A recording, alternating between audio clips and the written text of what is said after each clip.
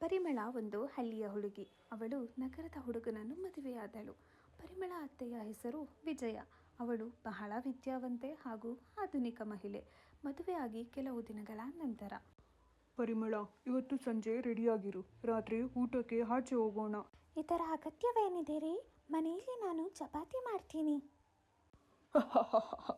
ಚಪಾತಿ ಊಟ ಅಲ್ಲ, ಬೇರೆ ಏನಾದರೂ ಕೊರಿಯನ್ ಅಥವಾ ಚೈನೀಸ್ ಸ್ಟೈಲ್ ಊಟ ಮಾಡೋಣ.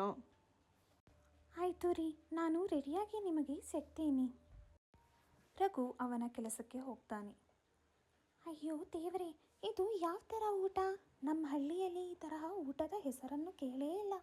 ಹೆಂಗಿದ್ರು ಸಂಜೆ ಹೋಗಿ ನೋಡಿದ್ರಾಯ್ತು. ರಘು ಸಂಜೆ ಕೆಲಸ ಮುಗಿಸಿ ಮನೆಗೆ ಬರ್ತಿದ್ದಂಗೆ ಪರಿಮಳ ಅವಳ ಎದುರಿಗೆ ನಿಲ್ತಾಳೆ.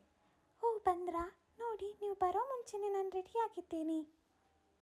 ಅರೆ, ಈ ಥರ ಯಾರು ರೆಡಿ ಆಗ್ತಾರೆ? ಏನಾಗಿದೆಯೇ